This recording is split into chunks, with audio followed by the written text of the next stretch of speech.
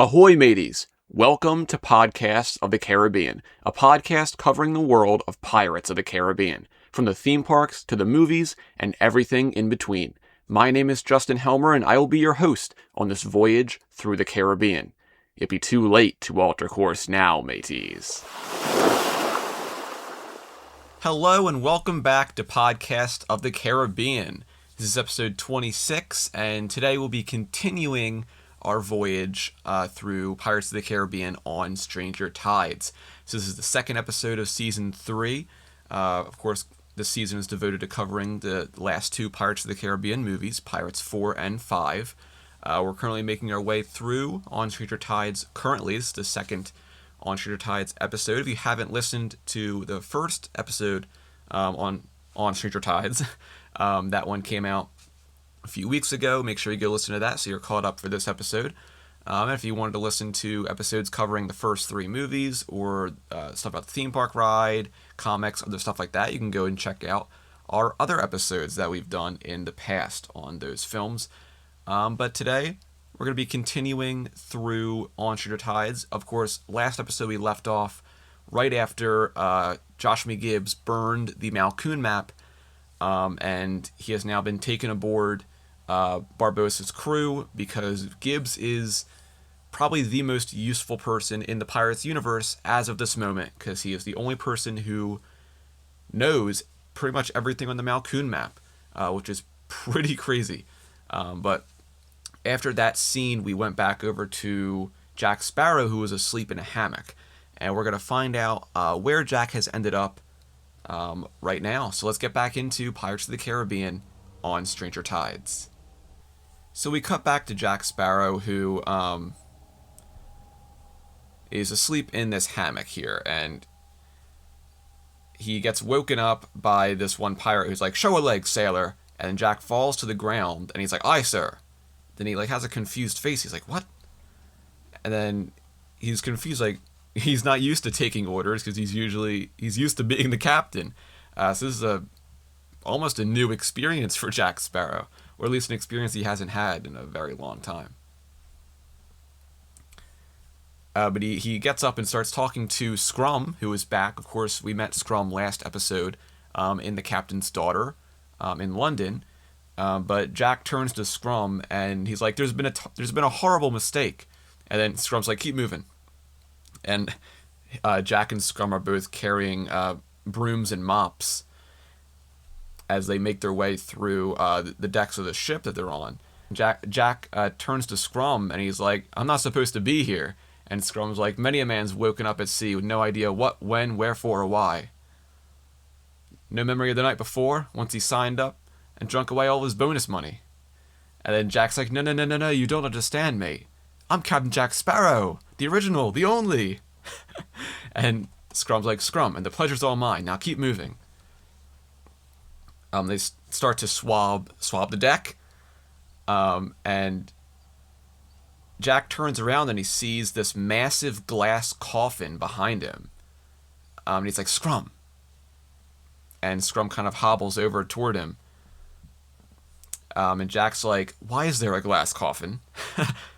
And Scrum's like, "Do I look like the man in charge?" And Jack's like, "Where am I?" And Scrum just says, "Excuse me, Captain Sparrow, sir. I'll be right honored to welcome you aboard our world-renowned vessel of infamy, Queen Anne's Revenge." And then Jack just freezes and just says, "Blackbeard." And then we get the great reveal of the Queen Anne's Revenge in the Pirates of the Caribbean universe. So, of course, the Queen Anne's Revenge is a real pirate ship that existed, of course, captained by Blackbeard. But it's just really cool to actually see this ship in the Pirates world.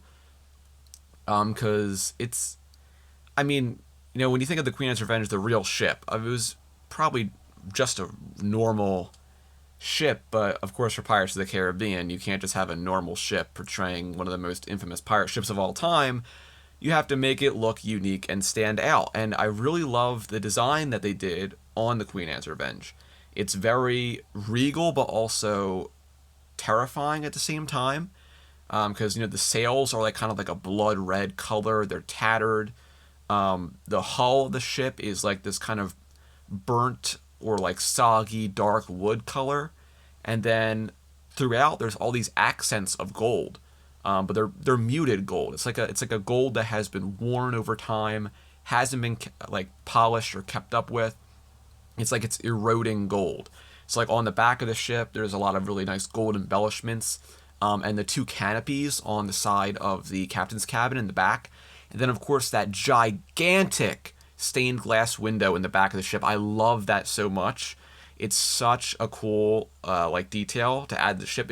It makes it feel so grand. Like you look at the back of the ship and it looks so grand because you have the two canopies, the two balconies on the left and the right side of the ship, and then you have under that you have that kind of bottom balcony area that goes all the way around. It just is so striking and so visually beautiful, but also terrifying. Of course, there's also the figurehead of the skeleton with the spear and the cup. It's just a very, very regal, but like a terrifying regal ship, and it's very, very cool. I love the design of it. I think they did a really good job making it a unique ship in the Pirates universe, because of course you have to make something that doesn't feel like ships we've seen before. When you think about like pirate ships that we've seen in Pirates of the Caribbean, or like kind of like menacing ships, you think of the Black Pearl when we first saw it in Curse of the Black Pearl, when it was tattered and cursed and scary, with all the skeletons on it, and then of course the Flying Dutchman before the curse transferred over to Will and the kind of everything kind of fell off of the ship at the end of At World's End. The Flying Dutchman had this very gruesome tone to it as well, but it was more like it was weathered over time from being underwater. And I think the cool vibe that the Queen Anne's Revenge has is that it's a ship that's been at sea for so long and has had so much experience on it that is like a worn, weathered, like, I don't know, it's just a very cool vibe on the ship. And of course it's a very menacing and frightening ship, because of course it is the ship captained by Blackbeard, Edward Teach, who we'll get to meet kind of soon. But we progress on with the next scene where Scrum, Jack, and a lot of the pirates are swabbing the poop deck. Finally get to say that on this podcast. But Jack looks up and he sees this guy who just whipped Scrum to get back to work. And Jack's like, he's a curious one. And Scrum just says he's been zombified. And then we get a really good look at the gunner zombie. So, of course, one of the neat aspects they added into Blackbeard's character here is this kind of like voodoo zombie aspect, which is something we hadn't seen in Pirates of the Caribbean before. Of course, we've seen some voodoo stuff with Tia Dalma, like a little bit of it, but it's cool to see more of this kind of magic, or not really magic, but like this kind of curse or kind of thing like that, to have zombies in Pirates of the Caribbean. Of course, when you think of zombies, the first thing that comes to your mind is like, rotting remains, like Walking Dead, like stuff like that. But I do like the way they have the zombies in here, how they're still pretty normal looking, but they're zombified in the way that you can see kind of things that are like put into them, or like weird kind of facial features or different like things on their bodies, and that they are completely obedient to Blackbeard, and they're very cruel and menacing, and I like that approach, and it is neat to see zombies in the Pirates world as well, which is one of the cool aspects of this movie and one of the things I like a lot about it. But of course we have the gunner zombie here, who is very neat, very cool, love his design, and Jack's like, "Hey," and Scrum says, "Zombified." Blackbeard's doing, "All the officers are the same. Makes them more compliant." And then we get, the gunner zombie, he whips another pirate right after Scrum says that. And Jack just says, "And perpetually ill-tempered." And then the gunner zombie turns around and looks at Jack, and we get a really good look at the gunner zombie's face. How you can kind of see the markings and the patterning on his face. How his one eye is kind of like not like sewn shut, but it's kind of like it's shut, and there's like this kind of like traced pattern going out of the side of it. Like it's kind of like this like thread that's woven through his face. It's a really neat design. And it's kind of the stuff on the bottom of his chin as well. The rings coming out of his chin. It's a really neat design, a really cool concept, I think. But of course, Scrum tries to get Jack back to work and says, "Come on, scrub." And Jack's like, "Yeah." And they get back to swabbing the poop deck. Then we have another cool view of the bow of the Queen Anne's Revenge, and we see Blackbeard's flag in Pirates of the Caribbean. So obviously, Blackbeard's flag in real life is very different than Blackbeard's flag in Pirates of the Caribbean. So in real life, Blackbeard's pirate flag was this kind of like skeletal, almost demon. It has like two horns at the top of its head, holding the cup and holding the spear, which you may actually notice is actually the figurehead of the Queen Anne's Revenge in Pirates of the Caribbean. So it's cool how they adapted the original flag and made that into the figurehead instead. I think it's a really neat little concept there. But this skeletal demon is pointing the spear at this heart on the flag, and there's like kind of like, I guess, droplets of blood is supposed to be coming out on the end.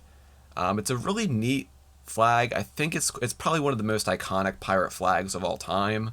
When you're talking about famous pirates and their flags, it probably is one of the most iconic ones of all time. And it's a very striking flag, and obviously it is interesting that they changed it to what it is in Pirates of the Caribbean, where it's mainly just this kind of hellish skull with flames coming out on the two sides, or kind of like these strokes that almost look like flames, which we'll see in a little bit why there's flames all over the ship, pretty much. But yeah, I feel like they changed it to match more with the version of Blackbeard that they put in this movie. But it is cool to see the original flag adapted into the figurehead instead. So that's really cool. Then we keep going with this montage of Jack, Scrum, and the rest of the crew of the Revenge, just doing duties on deck. So we have a bunch of pirates who are pulling the rigging and pulling the sails up. We get to see some other characters who will be semi-important throughout the movie here. So we see the cabin boy, and we see some other characters like Solomon and other pirates here as well. Here's Solomon coming up right here, but he is helping Jack and Scrum here, and Jack says 5 days underway at least, and then Scrum's like, you can tell that by the smell of the sea, and Jack's like, no, by the smell of the crew. And he bends down, and he looks up, and he sees this man who is tied to the mast. And Jack says to Scrum, he's like, "Oi, what did that poor sod do? And how can I make sure to not?" And Scrum's like, "Him, churchly fellow, always going on about the Lord Almighty." And then Jack's like, "Bible thumper on this ship?" And then Scrum says a missionary is his story.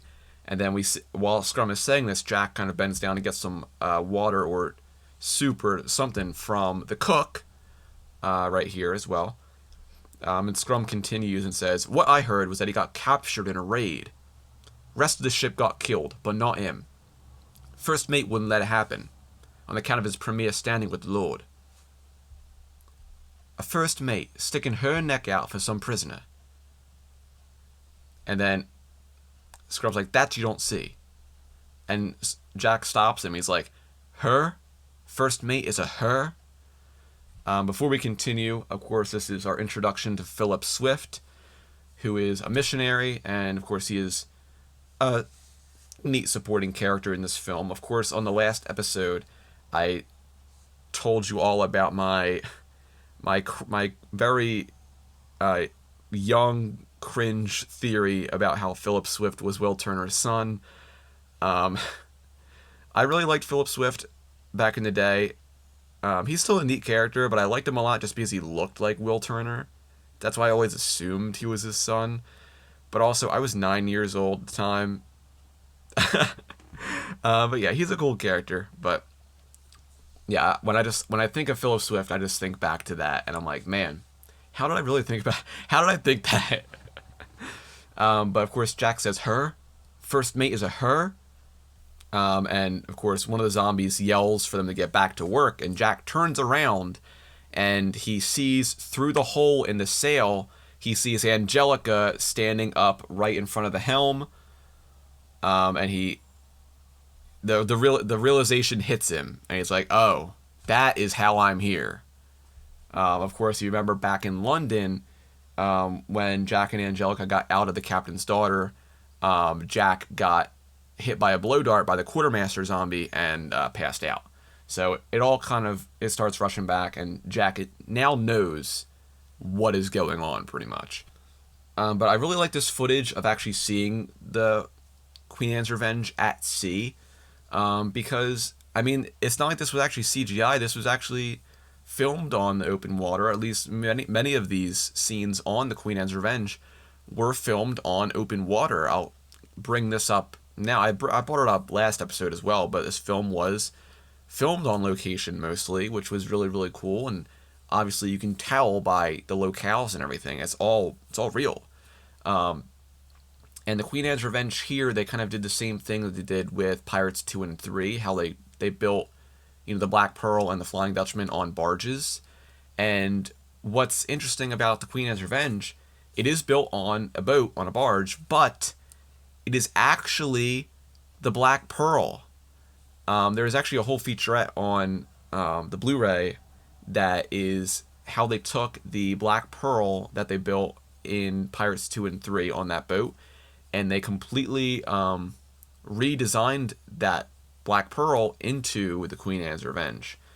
So it is kind of sad when I watched it recently to kind of bring back some information and some memories, but it was sad seeing the Black Pearl get transformed into the Queen Anne's Revenge. But yeah, so that is some neat insight for you if you didn't know. So the Black Pearl they used in 2 and 3 is actually the Queen Anne's Revenge here, so it's really cool. So it is a seafaring ship, just like the Black Pearl and the Flying Dutchman were in Pirates 2 and 3, and that's why I love seeing this open sea footage, because you can tell it was filmed on the ocean. Unlike Pirates 5, as much as I like Pirates 5, it has many faults, which we'll go over when we get to that movie, including the fact that most of the film was filmed in front of a blue screen. Which I get, movies are getting very, very expensive, especially movies like these. But man, you can tell that it wasn't filmed on the water, in Pirates 5. Anyway, that's beside the point. We'll cross that bridge when we come to it. But we get a really nice overview of the whole Queen Anne's Revenge as the camera sweeps over it. Then we go over to this next scene where Angelica goes below deck. And is grabbed by Jack, and he puts a hook around her neck, and he says, "You are a ruthless, soulless, cross-grained cur." And Angelica says, "I told you I had a ship." And Jack's like, "No, Blackbeard has a ship, upon which I am now imprisoned." And Angelica's like, "We can do this, Jack. The fountain of youth, like you always wanted." And Jack's like, "Blackbeard, Edward Teach, the pirate all pirates fear, resurrector of the dead in his spare time." And Angelica says, "He will listen to me." And Jack's like, "He listens to no one." And Angelica just says, "Maybe to his own daughter." And Jack kind of stops for a second, it's like, "What?" And Jack's like, "Daughter as in beget by?" And Angelica clarifies and says, "Long lost, recently found, who loves her dear papa with all her soul." And then Jack's like, "He bought that?" And Angelica's like, "I sold that." And then Jack hears someone coming down the stairs, so he grabs Angelica, and they both run over to cover in the corner of the room as they see the quartermaster zombie come down the stairs. Of course, before we move on, let's talk about Blackbeard is the father of Angelica, or I should say, Angelica is the daughter of Blackbeard in this universe, which is a really neat concept. It is a cool idea. I think it's executed pretty well in this film. Having Angelica be Edward Teach's daughter. Of course, up to this point, we haven't really been calling her Angelica Teach. I did say, I think, at the beginning of the first episode, but yeah, Angelica Teach. I mean, what more can you really say? It's a thing. So it is cool. It's a neat concept, and it kind of ties into the whole plot and everything kind of moving forward. They kind of needed something like this to kind of have what's about to go on. But of course, up to this point, we were, people at least would suspect that Angelica was getting Jack to help her so they could both get the fountain. But of course, now Jack realizes that Angelica got Jack so they could use Jack's help to get to the fountain, and it's a fountain of youth for Blackbeard and her, and not for her and Jack. As Jack clarifies in just a second, then it's the fountain of youth for him, or him and you, not you and me. And then Angelica says, "No, Jack, that's the best part. He will be dead." And then Jack's like, you'll be handling that part yourself then. And Angelica says, "There's a prophecy. Maybe you don't believe in the supernatural." And then Jack's like, "Oh, no, I've seen a thing or two." And it's also funny how she says this. Meanwhile, there's like undead zombies just walking around the ship. Like, that makes no sense. Of course, Jack has seen a lot of interesting things happen to him throughout his life, over time. But I should also clarify when this really takes place in the timeline for Pirates of the Caribbean. Of course, the Pirates of the Caribbean timeline, like actual, like getting years to kind of go with dates and movies, it's very hard. It's like, it's clarified and then it's completely not true. And then there's a whole different kind of concept. But thankfully the Pirates Wiki has kind of given a pretty decent overview of established time frames and also, educated guesses for different years. So of course, Dead Man's Chest and At World's End, they both take place, back to back. But On Stranger Tides is supposed to kind of take place around like the late 1740s, early 1750s. So this is like 10 plus years after At World's End. Let's just, talk about that. Like, it's not like At World's End happened and then boom, like a month or two later, Jack Sparrow ends up in London. Like, this is like like a decade after At World's End, which is pretty crazy. How we don't really know anything that happened to Jack or like anyone else during that time period. Like, that there is so much time there that is completely like not really clarified on. Like, that's like 10 to 20 years for, like, depending on how you look at it, like what years you used in your headcanons, but like we could be like potentially like 15, 20 years from the end of At World's End here. Like, that's what's really interesting.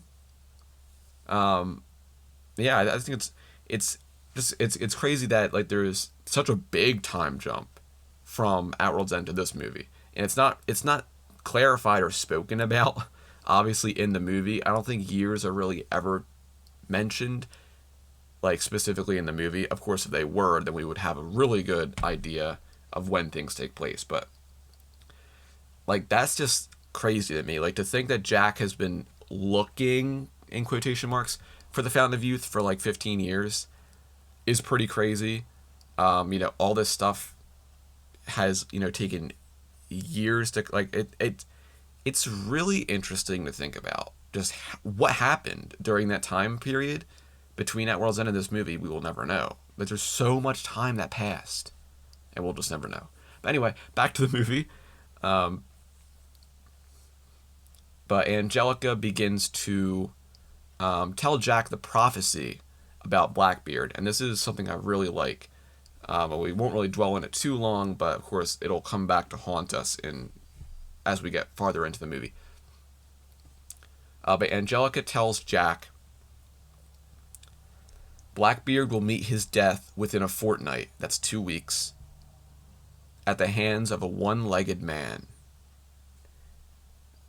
Which is really cool. And obviously, when you hear, one-legged man, you instantly think, oh, what other one-legged man is there right now than Barbossa? Obviously, we know Barbossa only has one leg now because he lost his leg defending the Pearl, as we will later find out. But I really like this prophecy. I think it's neat, and kind of how it's like foretold, or like it's destiny that Barbossa is going to come for Blackbeard, and for why we will find out also very soon. But Angelica says that's why he needs the fountain, Jack. And Angelica walks away, leaves Jack alone, and then we head right over to the HMS Providence, which is our British Royal Navy ship in this film, which is cool to see again. And of course, this is Privateer Barbossa's ship. So we see Gibbs is kind of thrown on deck next to Barbossa. And Barbossa's like, oh, Master Gibbs, short we are a map. Perhaps you'd be so kind as to provide us with a heading. And Gibbs goes over to the charts that Barbossa has laid out. And I love how he looks over at Groves and he's like, be a gem and pour me a gulper. And then Barbossa's like, nay, we be privateers, not pirates, Master Gibbs. And in the king's name we behave as such. And then Gibbs is like, aye, Captain. And Gibbs kind of just looks at the map. He looks out at the sea for a little bit. And, of course, Barbossa's getting frustrated. And Barbossa's like, be we on the proper course, Gibbs? And then Gibbs says, aye, it be proper. And then he points behind Barbossa and he says, there's your proof. And then Barbossa, Gillette, and Groves, they turn around and they see on the horizon a Spanish galleon. And not just one Spanish galleon, but multiple Spanish galleons out on the sea behind the Providence. So, of course, Barbossa sees these and he says, all hands, battle stations, get to windward. And we have, of course, everyone getting ready. We have the drummers are starting to drum and everything. People running out the guns, muskets, all kinds of things. But we see these 3 Spanish galleons that are passing by the Providence. And, of course, everyone is expecting these Spanish galleons to fire on the Providence. So the gunners are grabbing their muskets. They're getting on the cannons, getting the cannons loaded, getting everything ready. And Barbossa just says, await orders, and he looks out at the Spanish galleons as they continue to float by. And Groves says, guns armed, awaiting orders, sir. And he grabs the spyglass from Groves, he looks through it, and he sees the Spaniard on one of the ships. As he is looking at the ships, Groves just says again, sir, orders, sir. Honestly, if you think about it, a nice callback to when Groves was constantly asking Beckett for orders on the Endeavor right before Beckett and the Endeavor went down into the ocean at the end of At World's End. So, I think Groves is just, at this point, he's so jumpy because he's like, okay, if we don't act for a second time, I am just going to be done. Like, I'm just so done. But, of course, Barbossa just stands there and just does nothing as he notices that the Spanish are just passing them by. And Barbossa, he just puts his spyglass away, and Gibbs just says he never so much as turned his head. And Barbossa says to Groves, the fountain is the prize. It appears we not even be worth the time it take to sink us. And now we've fallen behind. All hands, make more sail. And everyone, of course, who was in gunning position, put their stuff away, and they go back to getting the ship ready to move again. And Barbossa grabs the helm and he says, "Ride hard between wind and tide." Then we go back over to the Queen Anne's Revenge at night, at dusk, I should say. And I love this kind of silhouette of the Queen Anne's Revenge with all the lanterns. There's so many lanterns. There's a lot of fire on this ship, as we'll come to see. Also the cage. I didn't talk about this before. The big kind of cage on the back, on the stern of the Queen Anne's Revenge. I keep wanting to say the Flying Dutchman for some reason. The big gibbet cage on the stern of the Revenge, also kind of terrifying if you really think about it. And then we go down to below deck where Jack is lighting a candle. And he says to all these pirates who are gathered around him, he says, "The topic, gentlemen, is mutiny. Mutiny, most foul." And Solomon says, I signed up to sail under Jack Sparrow, not some pretender." They end a lady at that. And the cook says, "And mention was failed to be made of this uncanny crew. Make my toes curl, they do." And then as they're talking, the cabin boy comes over to this group, and he has all these swords, and he lays them down on the table. He's like, "I got them, all of them." And he's like, "Well done, good lad." And then Jack's like, "On to it then, Blackbeard. What are his habits?" And then Scrum's like, "Stays mostly to his cabin." And he's like, "That's right, mostly to," and they're all like, "That's right, mostly to his cabin." Da, da, da. And then Jack's like, "Yes, but he when he comes out." And the cabin boy is like, "He doesn't really come out." And everyone's like, no. And then Jack's like, "He must come out sometime." And then everyone's like, "No, really, no. And then Jack's like, "Any of you sail with him before?" And then everyone's like, no, definitely not, never. And then Jack's like, "Any of you seen him before?" And then it's like, "No, not really, no. And then Jack's like, stays to his cabin, no one sailed with him, no one's seen him. Good news, gentlemen. This is not Blackbeard's ship. This is not the Queen Anne's Revenge." And then Scrum's like, no, this be the Queen Anne's Revenge, right enough. And then Jack's like, "How do you know?" And then Scrum's like, "I've seen the name on the back of the ship." And Jack just looks at him and just like rolls his eyes. And Jack just goes on. He's like, "Gentlemen, sirs, fellow conscriptees, you have been monstrously deceived." And Solomon's like, "We are decepted then." And Jack's like, "Yes." "You've nay been informed of a destination. Death lies before us as we sail for the Fountain of Youth." I remember that line was also in the trailers as well. But Jack continues going on. He says, "It would be a sorry plight, mates." And the pirates are like, "Death, for certain, the garden of darkened souls.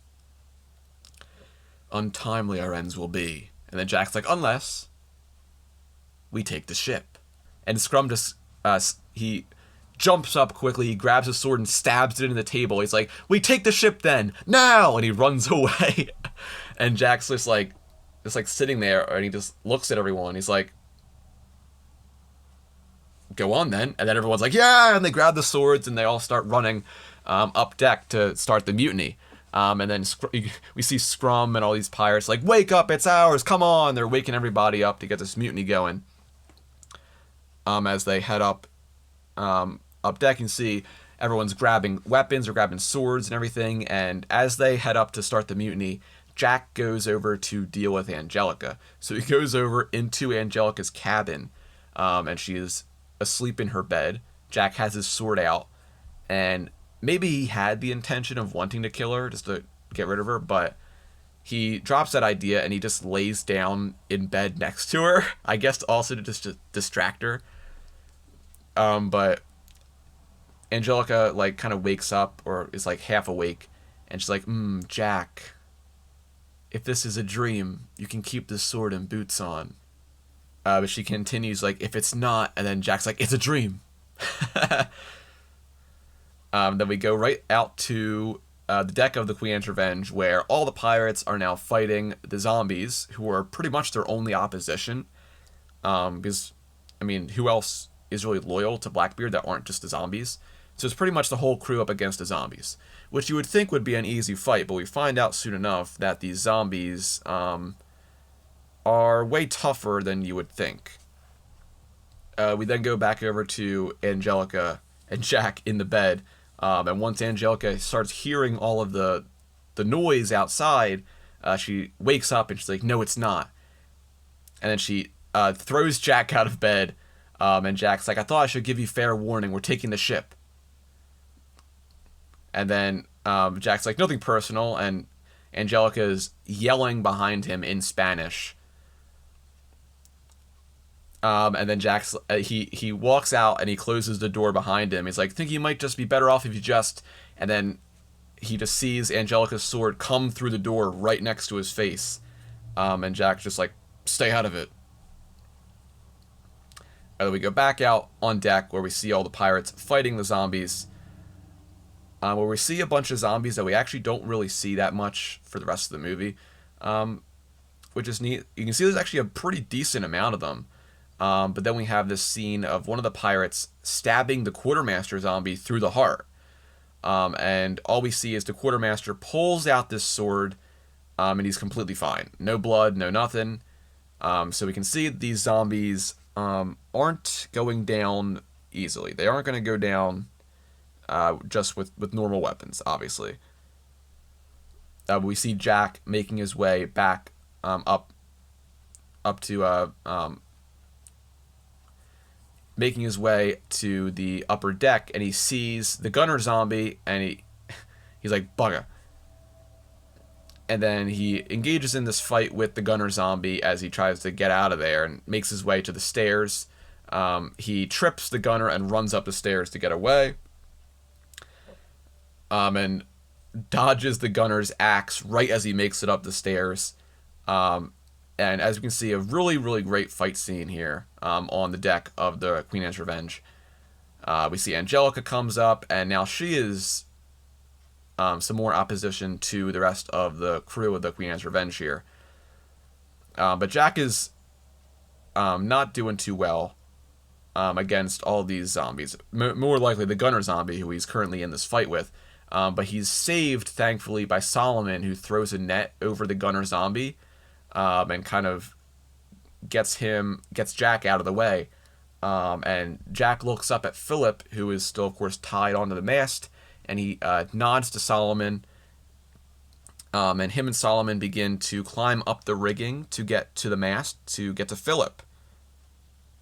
And then we have some more fighting here, especially with Angelica. I really love her fighting style. It is very, very nice.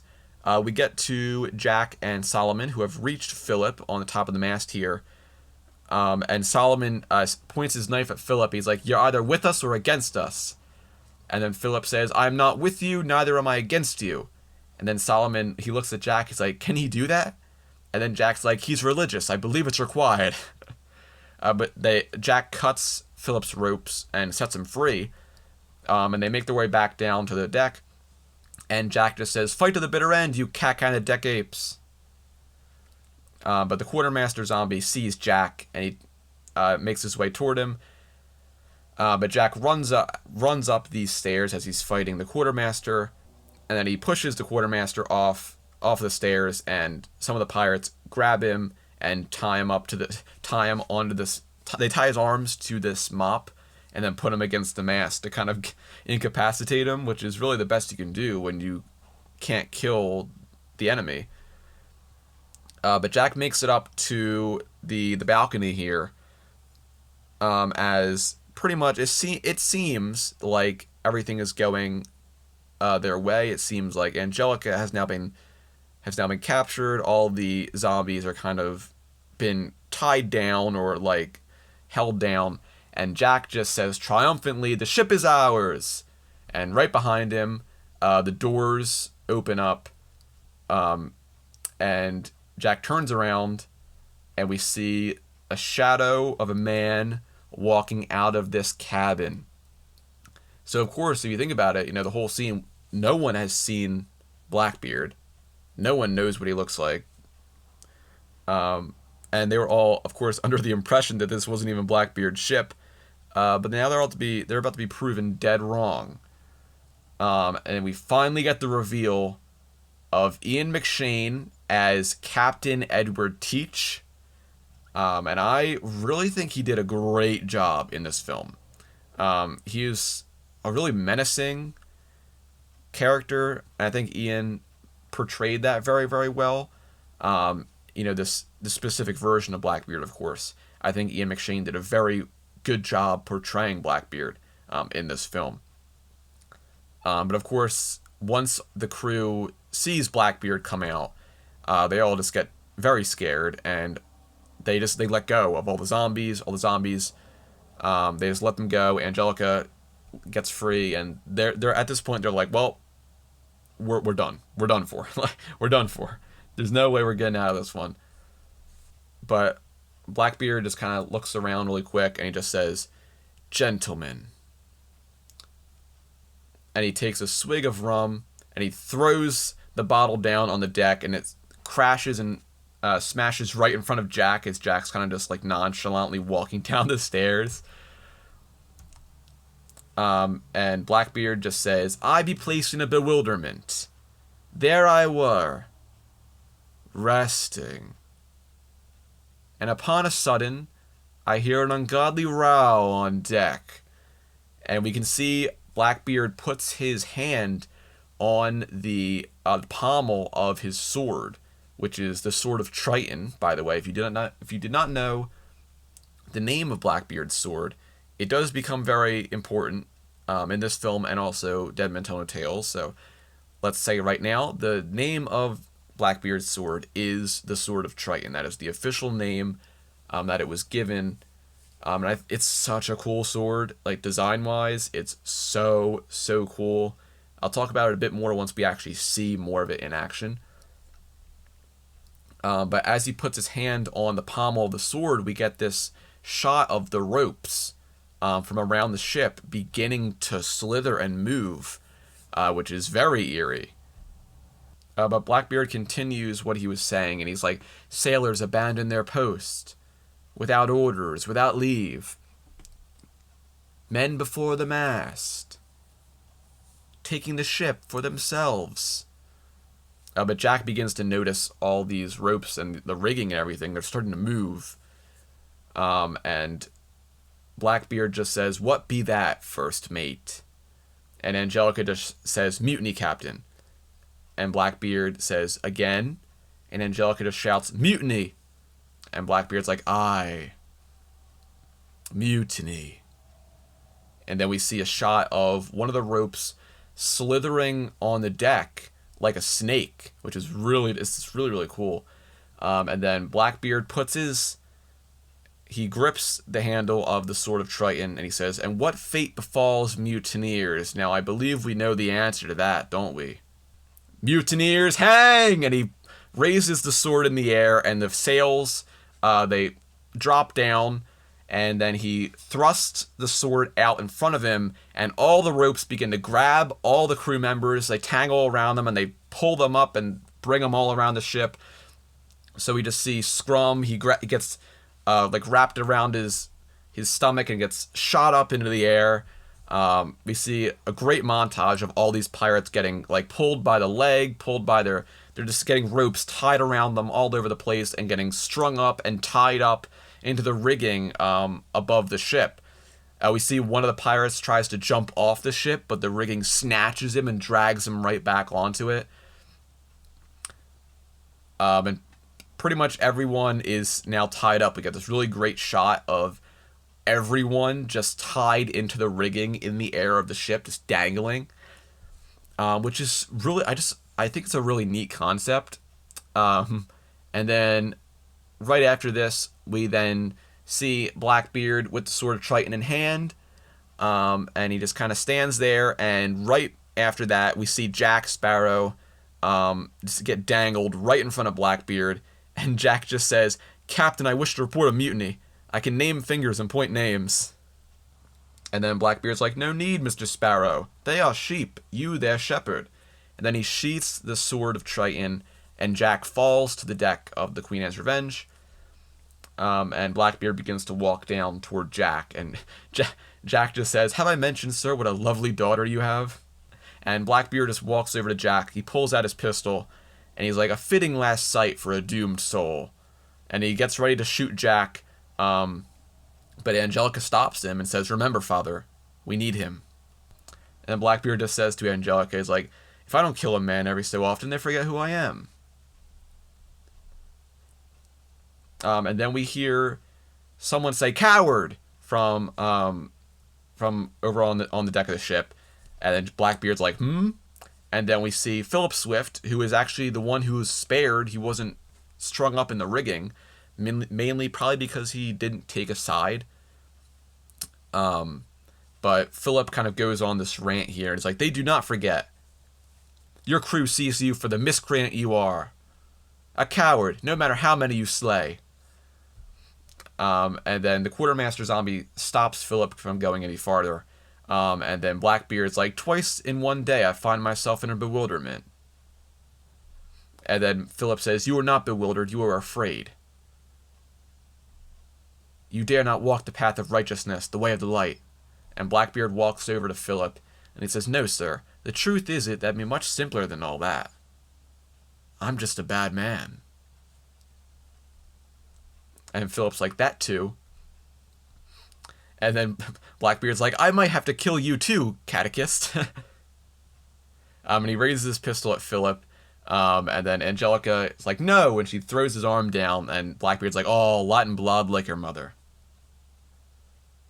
And Angelica's like, "Father, I beg you." And then Blackbeard's like, "There I be again, forgetting why the missionary is here. My daughter fears for my soul, or what's left of it." "You truly wish to save me, my child?" And Angelica, of course, says, every soul can be saved. And then Blackbeard's like, "Be that true, young cleric?" And then Philip says, "Yes, though you I see as a bit of a long shot. Still I pray for every unfortunate soul aboard this hellbound vessel." And Blackbeard just says, "You disarm me with your faith." And then he puts his pistol back into his belt. And he says, "8 bells! Which of you unfortunate souls stood watch?" And Jack sits up. He's like, "I did. I stood watch." And Blackbeard laughs at him. He's like, "Gunner." And the gunner zombie just looks up at the cook. And Blackbeard just says, "You." And the cook's like, "I." And then Blackbeard's like, "I. The cook. Perfect. Lower the longboat." And then we go over to the cook, who is now in this longboat, out at sea, trying to row away from the Queen Anne's Revenge. And then we see Blackbeard on the bow of the ship. He says, "Bring her about."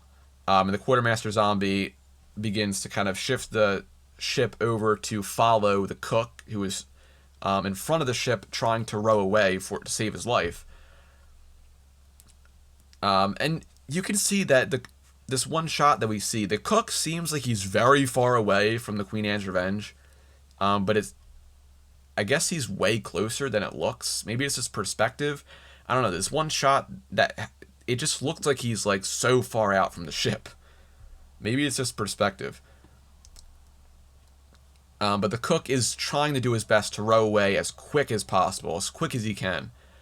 And then Angelica is like, "Why do you do this?" And then Blackbeard's like, "Mutiny, our laws be clear." And Angelica's like, "Our laws allow the captain to show leniency." And then Blackbeard says, "I have given this man a chance to determine his fate. A gift not afforded to all." And then, of course, we get the notion that something's going to happen. We see a lot of fire beginning to kind of prep itself on the bow, the Queen Anne's Revenge. And then Philip walks up next to Blackbeard, and Blackbeard's like, "Oh, you now. Chance to show the worth of your prayers. Pray he be delivered from evil." Then we see the Queen Anne's Revenge. I guess it's just moving fast. It's encroaching on the cook faster than he can row. He's not going to be able to get away.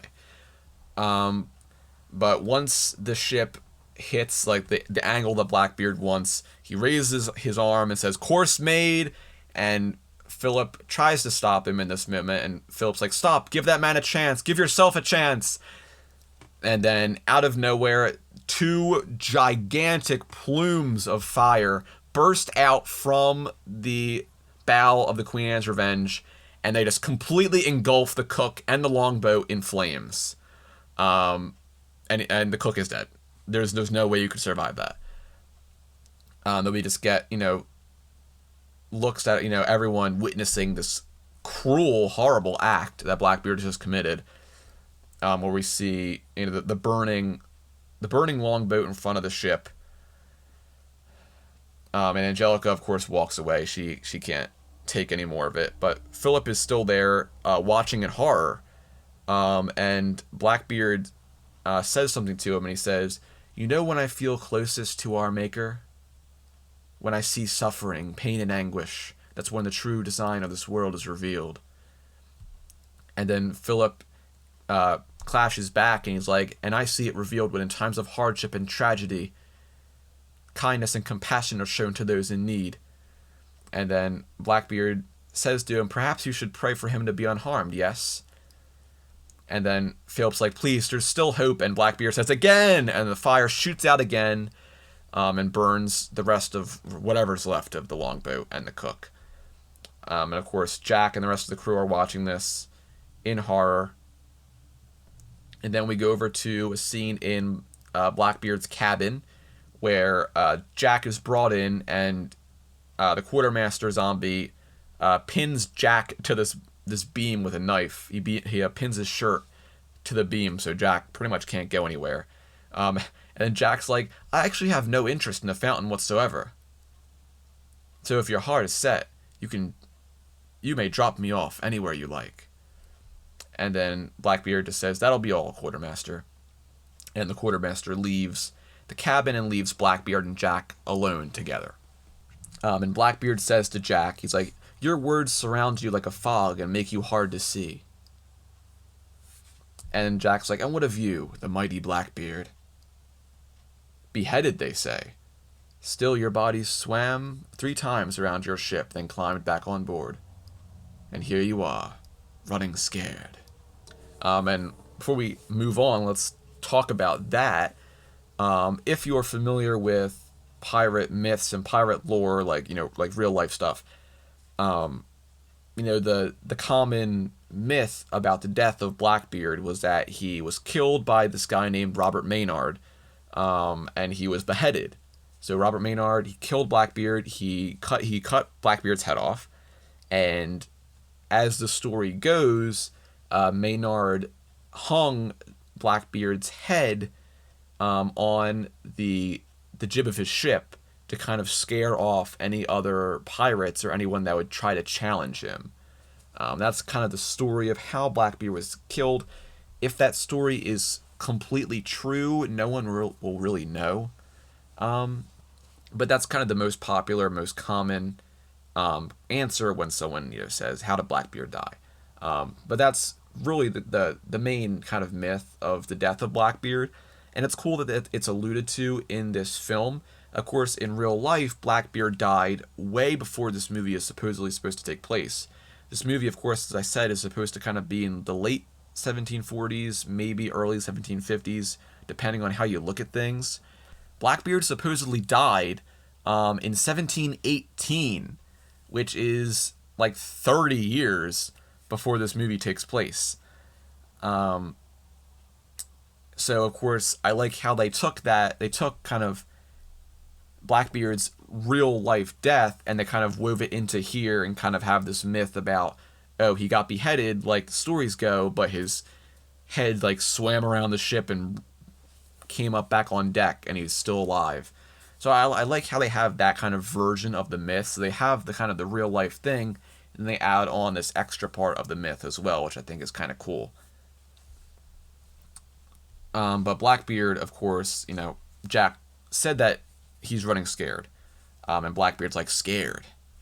And then Jack just says, to the fountain. And Blackbeard says, the quartermaster sees things before they happen. He has foreseen my death, and so the fates have spoken. The threads of destiny woven.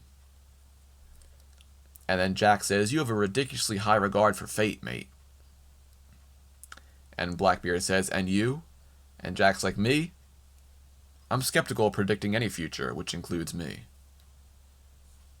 And then of course, Blackbeard is now sitting at his desk, and he's kind of distracted by, the papers that he's looking at. So Jack kind of takes this opportunity to try to grab the knife that is holding him to the post, and try to free himself.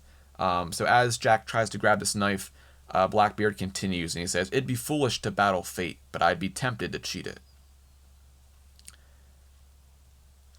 But Jack is successful, and he pulls out the knife from the post, and we can see that he has his mind is set on trying to kill Blackbeard here, with this knife. But as Jack kind of tries to walk over toward him, Blackbeard says, I will reach the fountain, you will lead me. And Jack readies the knife in his hand. He walks over to Blackbeard's desk, and then without even looking up, Blackbeard just says, that knife will serve you no better than the mutiny you devised. And then Jack kind of just shrugs it off and says, mutiny served me well. It gained me an audience with you. And then Blackbeard's like, oh. And then Jack's like, I. To warn you. And he stabs the knife in front of Blackbeard. And he says, regarding your first mate, who pretends to be persons she is not. And then Blackbeard's like, do tell.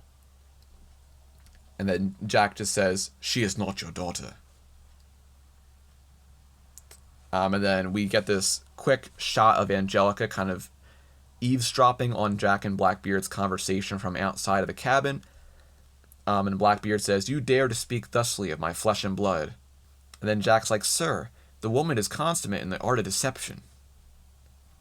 I know, as I mostly unwittingly set her on her wicked path. And he's like, though I cannot claim credit for her existing abundance of natural talent. And then we get the reveal of the Jack Sparrow voodoo doll, which we'll come into contact with a few times in this movie.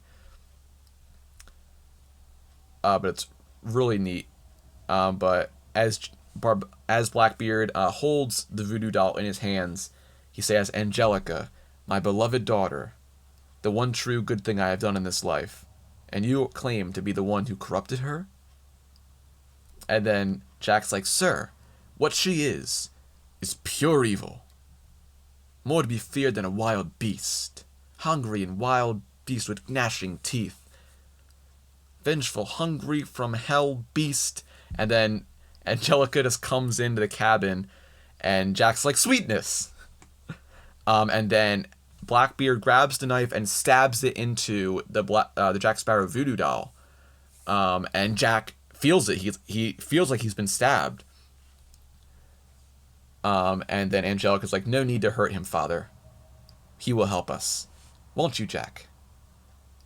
And then Blackbeard's like, you see, even now she attends to your welfare, giving lie to the claims you make of her. And we can see Blackbeard kind of carve something into the voodoo doll's chest. And he pulls the knife out, and Jack kind of staggers back to the wall. And Jack looks at his chest, and he sees that Blackbeard has carved into him this kind of like trident-looking shape. Or kind of like a pitchfork, maybe. Like a pitchfork kind of shape into his chest. Kind of obviously gets Jack's attention, because now Jack realizes that he's playing with powers that are greatly above what he can handle on his own, of course. But Angelica just says, "You will lead us to the fountain." Yes. And then Blackbeard's like, "Put another way. If I do not make it to the fountain in time," then as he says this, he holds the Jack Sparrow voodoo doll over the candle on his desk, and it kind of starts to smolder the fabric hair of the voodoo doll. We see Jack, he starts to feel the heat on his head, and he puts his hands up to his head because he can feel like his head's on fire.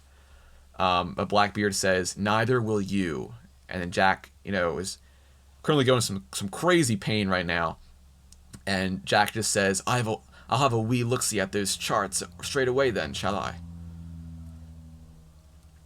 And then after that scene, we go over to the Providence again, and we see that Barbossa is enjoying some leisurely time eating some apple slices. So, of course, we still got Barbossa and the apple.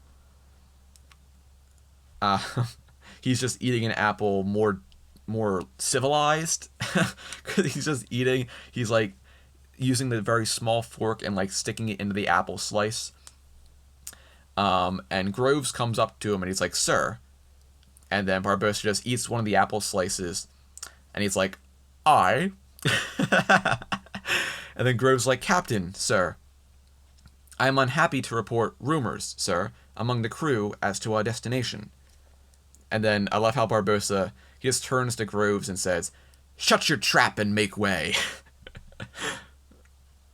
And Groves just sighs.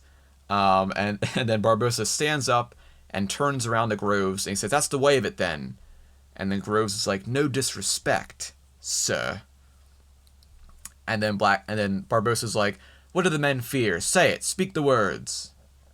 And then Groves just says, "White Cap Bay." And then he kind of like kicks Groves out of the way with his crutch. And he's like, "Aye, White Cap Bay. And every worthless seaman fears the name, and rightly so, though few know why or dare to ask." And then Gibbs comes up from the crew. The whole crew is listening in on Barbossa here, but Gibbs comes up and he's like, "Be the stories true?" And Barbossa says, Say what robs you of your staunch heart, Gibbs, or if leave it to the wider fields of fancy." And then Gibbs just says, "Mermaids, Captain." And then Barbossa just says, "Aye, mermaids." And then the whole crew is like, "Mermaids," like, "Whoa, oh my god, mermaids, oh." And Barbossa continues, like, "Seagulls, devilfish, dreadful and hunger for flesh of man. Mermaid waters, that be our path. Cling to your soul, Gibbs, as mermaids be given to take the rest. To the bone." The crew all gets scared here, and Groves yells at, like, "Steady, steady, man, find your courage. We'll be ready to purpose your fear." And then one of the crewmen, he starts to run on the deck. He's like, "Save yourselves!" And he jumps overboard into the water. And then the whole crew's like, "Man overboard!" And then Barbossa immediately stops him. He's like, "Nay, a deserter." And Groves is like, "Come about." And Barbossa's like, "Nay. Gentlemen, I shall not ask any more of any man than what that man can deliver, but I do ask this. Are we not king's men?" And there's like a very like kind of silent like, "Aye, aye, aye." And then Barbossa continues like, "On the king's mission," and they get louder this time. They're like, "Aye." And then Barbossa says, "I did not note any fear in the eyes of the Spanish as they passed us by. Are we not king's men?" And then we have a really like, "Aye," a powerful shout from them all. And then Barbossa just says, "Aye, hands all off and bear away. Stay on ahead to White Cap Bay." And then we leave the Providence to go back over to the Queen Anne's Revenge, where we have a really great scene here between Jack and Angelica. Honestly, one of the highlights of the film for me. It's a very great scene between these two. But Angelica comes up on deck, and we see Jack is sitting on a cannon. Scrum is on the stairs, kind of strumming his guitar. But I love how Jack pronounces Ola. He's like, Hola, come, little drink. And he gets off the cannon and he grabs the bottle from inside of the cannon. But Angelica's like, wine, music, candlelight. I think we've traveled down this road before, Jack. And then Jack's like, yes, we have. And he throws her a chalice, and he's like, I remember it well. Winding, twisting, and turning, gyrating, writhing. Incessant writhing. And then he puts his arm up, kind of gesturing to that kind of cloth that's on his left wrist. And that's actually been on his wrist, if you remember, since we met him, since we saw Jack in Curse of the Black Pearl, this kind of like wrap has been on his left wrist, and we've just never known what it was. But now we finally get the confirmation that is from the time of him and Angelica being a thing. And he holds his arm up and shows her it. He's like, do you remember Saint Dominique? And then Angelica corrects him, and he's like, La Martinique.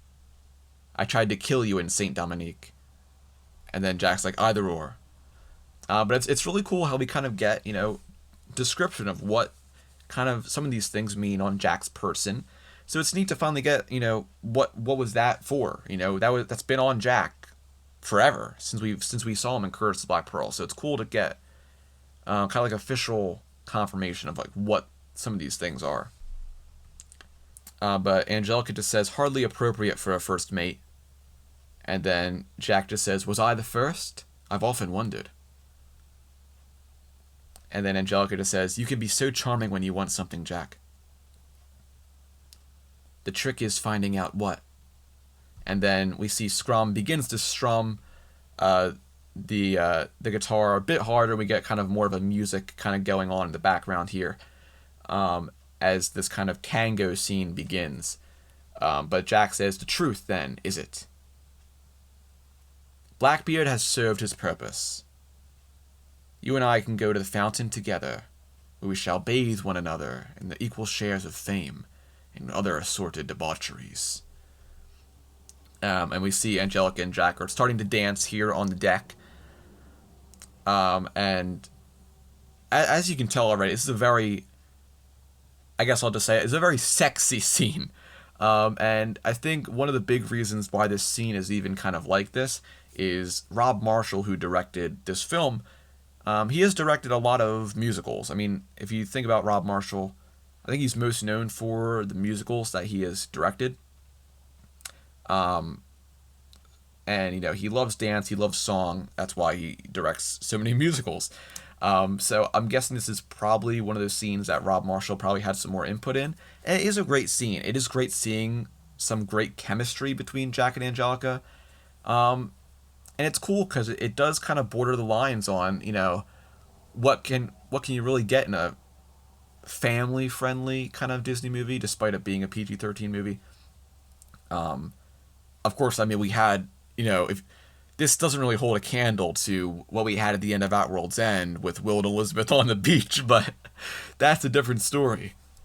But Angelica says, and I'll tell you the ritual of the fountain. And then Jack's like, yes, the profane ritual. And of course, this is the scene where we find out what this whole ritual is. And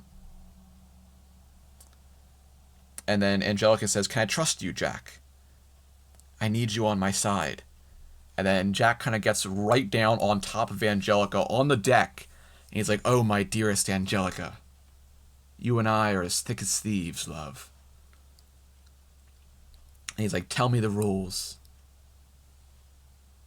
And they are very close. Angelica's literally laying on the ground. Jack is literally on top of her. And she just says, water from the fountain of youth. And then she rolls over and throws Jack on the ground and gets on top of Jack. And then she says, the shimmering tear of a mermaid. And she's kind of like touching his face. And we're getting a great Jack Sparrow reaction from this sensation that he's getting here.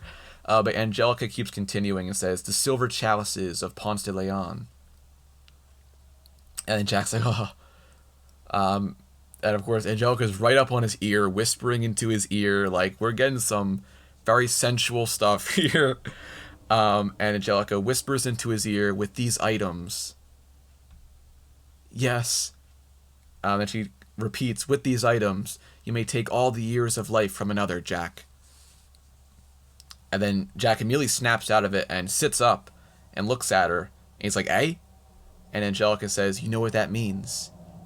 We cannot go alone, you and I. The ritual requires a victim. And then Jack's like, that is unfortunate. And Angelica's like, yes, it is. And Jack's like, I find my desire for the fountain greatly lessened. And Jack kind of lays back onto the deck again. Angelica gets back on top of him. And she just says, but there is something on board you do want. And then we go over to the next scene here. And we'll probably cover this on another deleted scene episode, but there is a more extended version of that scene with more of like a dancing portion of it. That is one of the deleted scenes from this movie, and we'll probably do another deleted scene episode for both On Shooter Tides and Dead Men Tell No Tales, as they don't have... There's probably like 10, if you add both of the movies' scenes up, there's probably 10. So we'll probably just do one episode for both these films later on. Maybe at the end of the season. Maybe next season. We'll find out. But next scene we have is a really cool scene where Angelica takes Jack into Blackbeard's cabin. And she opens up these locked grates in front of this cabinet. And Jack's like, what about Blackbeard? And Angelica says, he's in the chart room. We'll have to be quick. But she opens up this cabinet, and what we get the reveal of is all of these bottles that all have ships in them. So we have ship in a bottles. We have so many ships in bottles. We have many ships in bottles. And this is cool because, I mean, a ship in a bottle is a very kind of like iconic, like nautical symbol. It's something that, you know, very iconic. When you think of a ship in a bottle, you know exactly what someone means by that. But we haven't seen like a ship in a bottle or kind of something akin to that in Pirates of the Caribbean before. So it's really cool to see, you know, ships in bottles. And these aren't just ordinary ships in bottles, like for display. No, there is something special about these ships in bottles.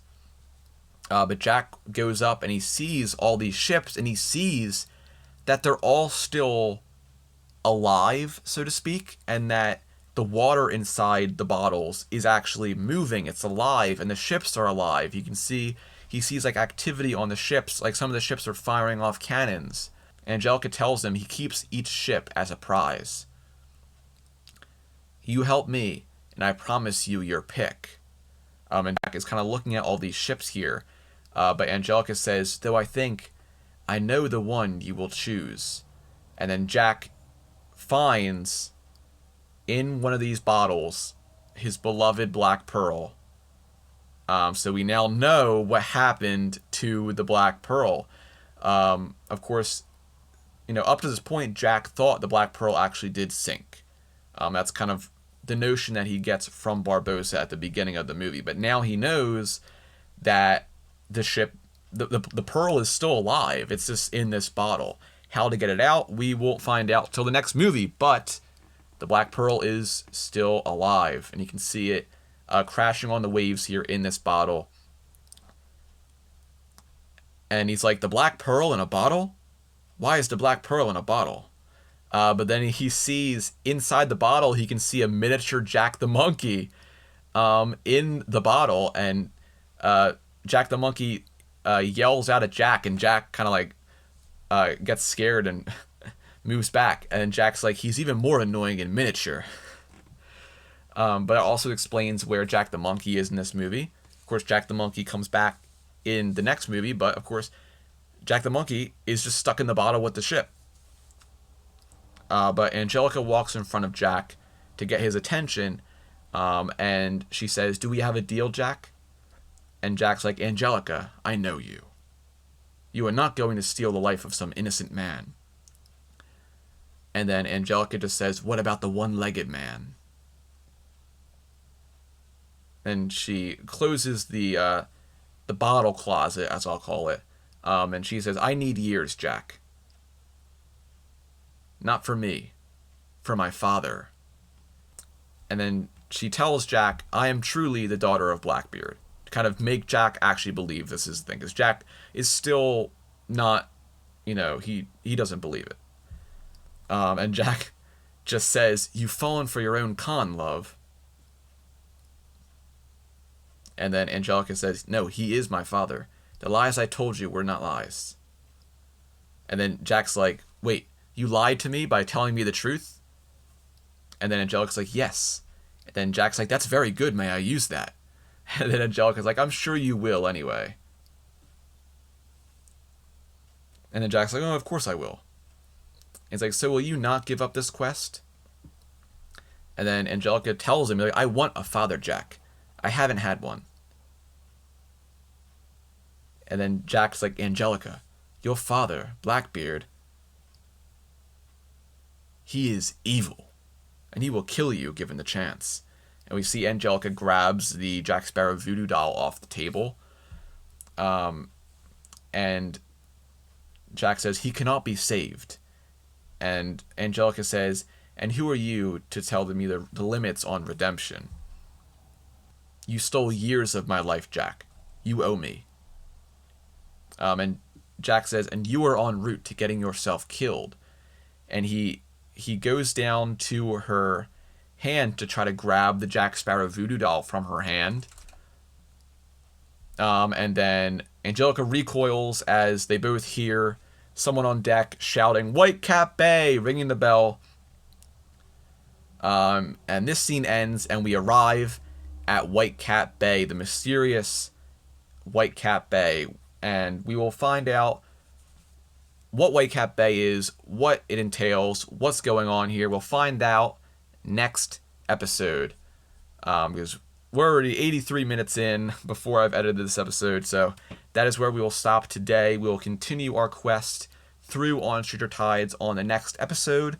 So I hope you have enjoyed this episode, as I hope you've enjoyed other episodes of the podcast. I hope you continue to listen as we make our way through On Stranger Tides. If you're new here, if you're just finding this episode first for some reason, I hope you've enjoyed, and I hope you go back and listen to all the other episodes we've done, especially if you're a Pirates of the Caribbean fan. I hope you'll like this podcast. But as I'm saying that, if you have enjoyed this episode, please leave a rating or a review wherever you're listening to the podcast on. It greatly helps the podcast. It gets boosted up in the searches so people can find it easier. And overall, it helps the podcast in many, many ways. So if you could do that, I'd greatly appreciate it if you would leave a rating or a review. But that'll be it for this episode. I'll see you back here next time as we continue on to Whitecap Bay in On Stranger Tides. So I will see you all soon on Podcast of the Caribbean. Take care.